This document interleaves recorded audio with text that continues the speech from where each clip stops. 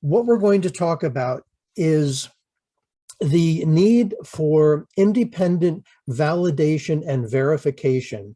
I'm going to start out with a true story and then essentially explain why that happened. And then we'll talk about what trust is. Exactly how do we go about verifying that an individual is speaking to us in a trustworthy fashion, how you collect the relevant data, and then what CAI has done in terms of putting together a tool to help all of this work.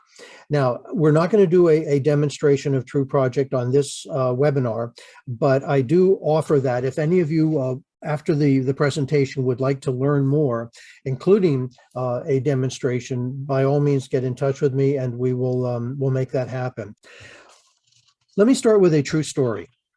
Approximately, I'll say about 12 years ago, CAI, Computer Aid, had a very large project with a client at a company in Florida.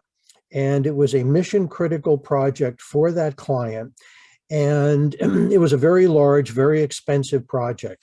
And so we did what I suspect most of you would have done, and that is that we assigned responsibility for managing that project to our most experienced and most capable project manager.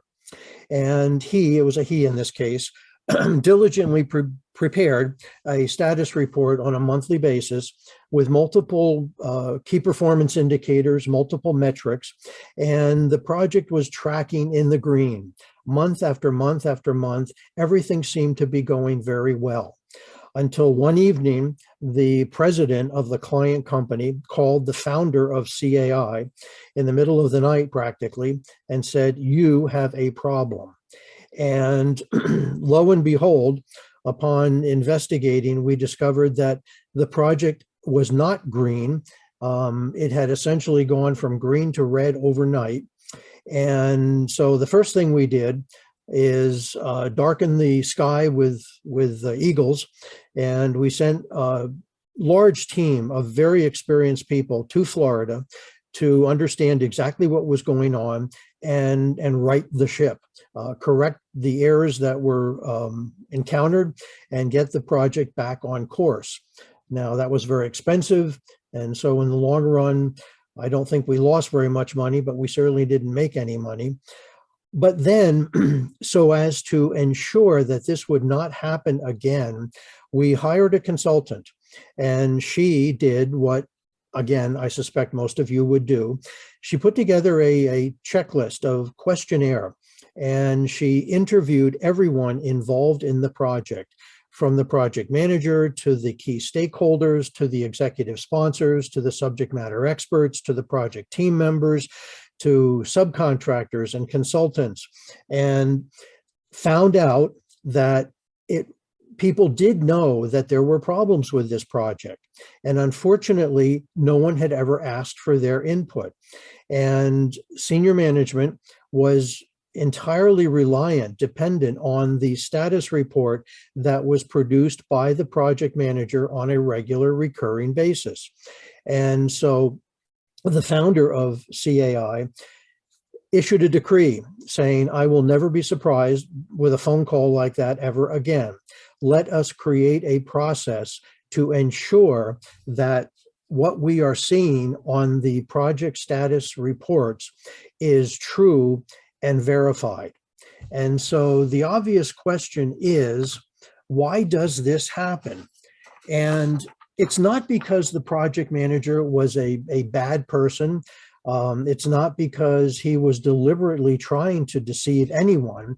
Rather, it was that he had enough experience, enough skill as a project manager, that he was confident in his ability to correct the problems that were occurring without having to bother anyone. And so the real issue here is that he, like all of us, was a victim of self-deception.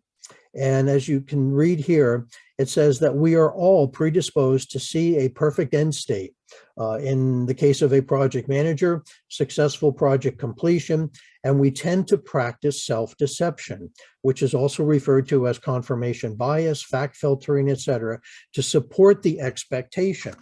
And again, not because we're any of us are deliberately trying to deceive, but rather it's because internally within our own mind, we are confident based on a number of factors, including skill and experience, etc., that we are going to make this right. And this is who we are. It's part of our DNA. It's part of the essence that makes us human. And there are a number of research studies. I encourage you to investigate some of them. I just included a couple of them here: deception in evolutionary biology, the elements of a scientific theory of self-deception, the evolution and psychology of self-deception. So stepping outside the realm of project management, this is a neurophysiological component of what it means to be human. And so again, I encourage you to pursue some of the anthropology or psychology research in this vein. But the bottom line is that it is natural. And it's not only natural, but it's also necessary. All humans self-deceive. And as it says here, self-deception, it's a kind of strategy which allows us to better deceive others by first deceiving ourselves. And what does that mean? Let me give an example. If I am applying for a job and you are the hiring manager, if I can't convince myself internally that I am the right candidate for the job, there's no way in the world that I am going to convince you as the hiring manager that I am the right person for the job. And so it's important for each of us to be able to deceive ourselves internally before we have the opportunity to present or deceive others. Self-deception occurs as a social intelligence strategy, and there is a neurophysiological basis for self-deception. Again, I've included a couple of research papers here. Again, encourage you to dig into this in a little more detail. And just as another example, how many people consider themselves to be above average drivers? Interestingly enough, for driving skills, 93% of people in the United States and almost 70% of a Swedish sample put themselves in the top 50. And obviously that can't possibly be. A natural curve is going to occur here. And so half of us have to be below average drivers, but none of us will admit to that. And almost 80% of participants evaluated themselves as being an above average driver. So these are other examples of the ways that we deceive ourselves so that we can persuade others that we are as good as we think we are. We deceive ourselves so as to persuade others of our worth. This, I think, is interesting. A survey of university professors found that 94% thought they were better at their job than their peers.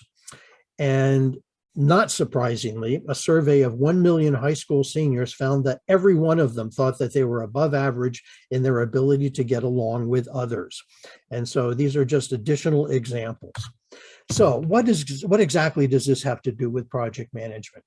The first thing we have to do is stop expecting project managers to be superhuman.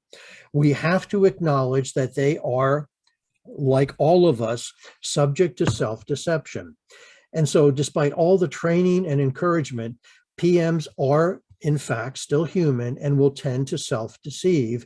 And then unfortunately, they will pass along that behavior to others on their team. And so what we as executives or as sponsors or as even elements of a PMO need to do is ensure that self-deception by our project managers is impossible. And we do that by providing them with timely, objective, action-compelling information. In other words, we provide independent validation and verification of what the PM and the PM status reports are telling us. By ignoring important information impossible,